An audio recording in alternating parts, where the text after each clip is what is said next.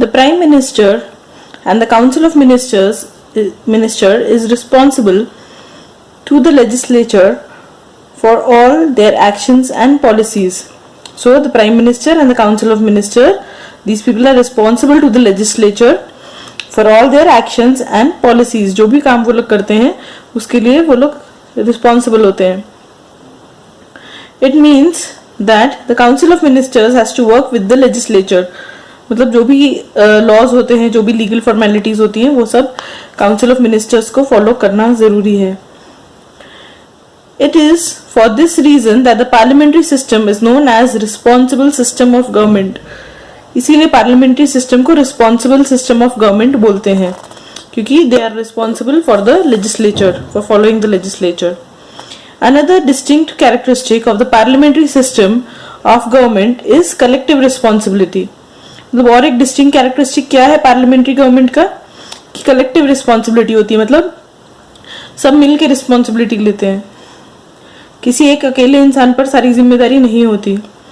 Decision taken in any ministry or department is considered as the decision of the government. तो किसी भी department में जो decision होते हैं वो गवर्नमेंट का डिसीजन माना जाता है. The entire council of ministers is responsible for the decision. तो पूरा जो मिनिस्टर्स का काउंसिल है सब लोग रिस्पॉन्सिबल होते हैं हर डिसीजन के लिए. कोई एक पर्सन रिस्पॉन्सिबल नहीं होता, उसको गवर्नमेंट का डिसीजन माना जाता है. In the next two chapters we'll see examples of how the principle of collective responsibility is brought into practice. मतलब अगले चैप्टर, अगले 2 लेसन्स में हम लोग देखेंगे कि कैसे ये कलेक्टिव रिस्पॉन्सिबिलिटी वाला प्रिंसिपल कैसे प्रैक्टिस में आया है. ठीक है. इन the parliamentary system the executive is dependent upon the confidence of the legislature in them. मतलब क्या होता है, पार्लियामेंट्री सिस्टम में जितने भी एग्जीक्यूटिव होते हैं, जो उनका टीम होता है, वो लोग सब लेजिस्लेचर के पे डिपेंड करते हैं कि लेजिस्लेचर को उन पे कॉन्फिडेंस होना चाहिए, तभी वो लोग ठीक से स्मूथली काम कर पाते हैं. This means that the Council of Ministers remain in power till it enjoys the support and confidence of the legislature. तो लेजिस्लेचर का जब तक उनको सपोर्ट है, लेजिस्लेचर को जब तक उन पे कॉन्फिडेंस है, तब तक ही वो लोग अच्छे से काम कर सकते हैं, वरना वो काम नहीं कर पाएंगे. If the legislature feels that the executive does not work in accordance to its wishes, it removes the executive from the power by passing a no confidence motion against the executive. तो क्या होता है कि अगर legislative को ऐसा लग रहा है कि ये लोग कुछ भी रूल्स फॉलो नहीं कर रहे हैं या ठीक से काम नहीं कर रहे हैं, तो वो लोग एक ऑर्डर पास करते हैं और ये एग्जीक्यूटिव्स को उनके जॉब से हटा देते हैं. सो नो कॉन्फिडेंस मोशन एक पास करते हैं. ठीक है. No confidence motion is an effective tool of keeping a check over the executive. तो क्या होता है, ये नो कॉन्फिडेंस टूल से एग्जीक्यूटिव के काम पे हम लोग चेक रख सकते हैं. ठीक है. अगर उनको कॉन्फिडेंस होगा लेजिस्लेचर को, तो ही एग्जीक्यूटिव वर्क कर सकते हैं. इन the parliamentary form of government the legislature is the supreme institution. तो हम जो parliament type of government follow करते हैं, इसमें क्या होता है कि लेजिस्लेचर ही पूरा सुप्रीम कंट्रोल होता है. मतलब जो लॉज जो बनाए गए हैं कॉन्स्टिट्यूशन में, उसी के हिसाब से सब कुछ चलता है. Elected representatives of the people express demands and aspirations of common people in the parliament. तो क्या होता है कि कॉमन पीपल की जो डिमांड्स हैं उनको ये लोग को ख्याल में रखना होता है. The parliament decides upon the issues of the public welfare. तो पार्लियामेंट क्या डिसाइड करती है कि लोगों का भला कैसे हो सकता है, किन चीजों से हो सकता है. Since it is the house of representatives of people and expresses sovereign authority over the people or the authority of the people, it is considered as a supreme body. तो क्या होता है कि इनके हाथ में सारा कंट्रोल होता है कि ये क्या रूल्स बनाएंगे, कैसे देश को चलाएंगे, ये सब लोगों पे इनका कंट्रोल होता है, इसीलिए इनको सुप्रीम बॉडी बोला जाता है. So, why did India adopt the parliamentary system of government? मतलब हमने देखा था कि 2 सिस्टम ऑफ गवर्नमेंट होते हैं, एक पार्लियामेंट्री और एक प्रेसिडेंट्री. तो प्रेसिडेंशियल हमने क्यों नहीं चूज किया, हम पार्लियामेंट्री सिस्टम क्यों फॉलो कर रहे हैं अपने देश में. So India adopted the parliamentary system of government for several reasons. मतलब ये वाला सिस्टम चूज करने के पीछे कुछ रीजन था. क्या रीजन था अभी देखते हैं. The development of parliamentary institutions started during the British rule. तो पार्लियामेंट्री इंस्टीट्यूशन कब स्टार्ट हुआ? ब्रिटिश रूल के टाइम पे स्टार्ट हुआ। The British rulers governed in accordance with this system. तो ब्रिटिश रूल्स इसी सिस्टम के हिसाब से काम करते थे। The parliamentary system of the government in India is also in a way a product of the freedom movement. तो ये क्या होता है, पार्लियामेंट्री सिस्टम कब से बना? मतलब जब हमारा फ्रीडम मूवमेंट का एक प्रोडक्ट है, ये फ्रीडम मूवमेंट के टाइम से स्टार्ट हुआ है। Indians were familiar to this system of government. तो क्या हुआ कि इंडियंस को ये वाला सिस्टम पता था, क्योंकि ऑलरेडी ब्रिटिश इसी के हिसाब से काम कर रहे थे। Many decisions took place in the constitution assembly over the system of the government. तो गवर्नमेंट के असेंबली में, कॉन्स्टिट्यूशन के असेंबली में बहुत सारे रूल्स इसी तरीके से लागू हुए हैं।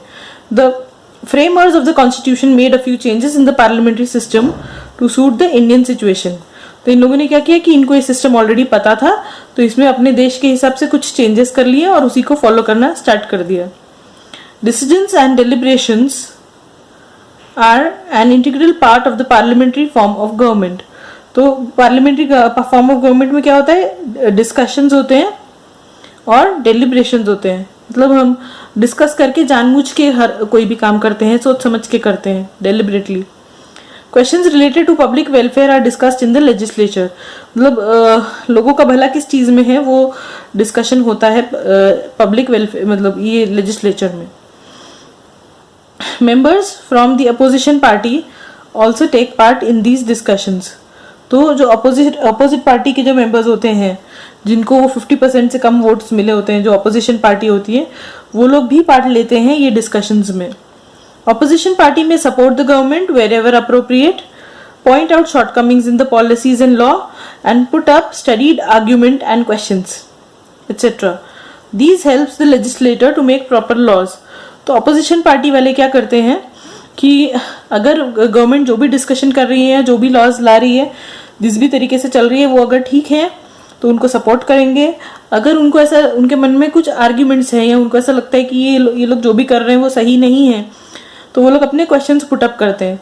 तो उससे ऐसा होता है कि मतलब कैसा होगा कि अगर ज़्यादा डिस्कस करके कोई भी चीज़ के नतीजे पर आएंगे तो हर चीज़ एकदम परफेक्ट होगी, हम ज़्यादा अच्छे से लॉज बना पाएंगे, क्योंकि उसमें सबका व्यू इन्वॉल्व होगा। Presidential system of government. अब हम देखेंगे, हमने पार्लियामेंट्री सिस्टम तो देख लिया कि और हमने क्यों अडॉप्ट किया वो भी हमको पता चल गया। अब प्रेसिडेंशियल सिस्टम क्या होता है और कैसा होता है।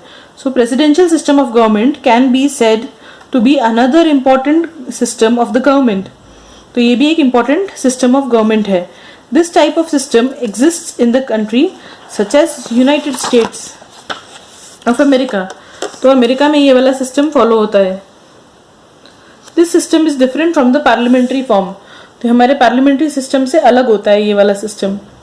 So the system in which the executive is independent of the legislature and as the head of the state, the president is directly elected by the people, is known as the presidential system of government. मतलब क्या होता है कि इसमें जो लोग, जो executive होते हैं, जिनको लॉज चलाने होते हैं, जिनको देश चलाना होता है, सारा सिस्टम इम्प्लीमेंट करना होता है, ये लोग इंडिपेंडेंट होते हैं, इनको कोई लेजिस्लेचर फॉलो नहीं करना होता है। ये लोग को बस पब्लिक इनको ये करती है, मतलब इलेक्शंस में जिता देती है, चूज कर लेती है, और फिर ये लोग अपने हिसाब से सब कुछ चलाते हैं। ये लोग किसी को आंसरेबल नहीं होते। Though the three organs are independent from each other, they are enough connections between them to work in harmony and coordination.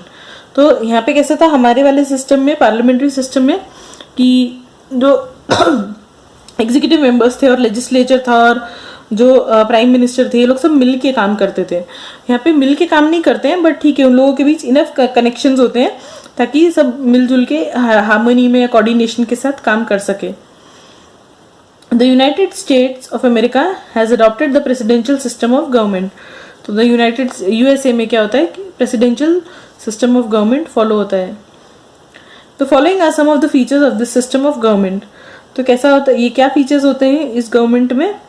In the presidential form of government, the legislature and the executive are not directly dependent on each other.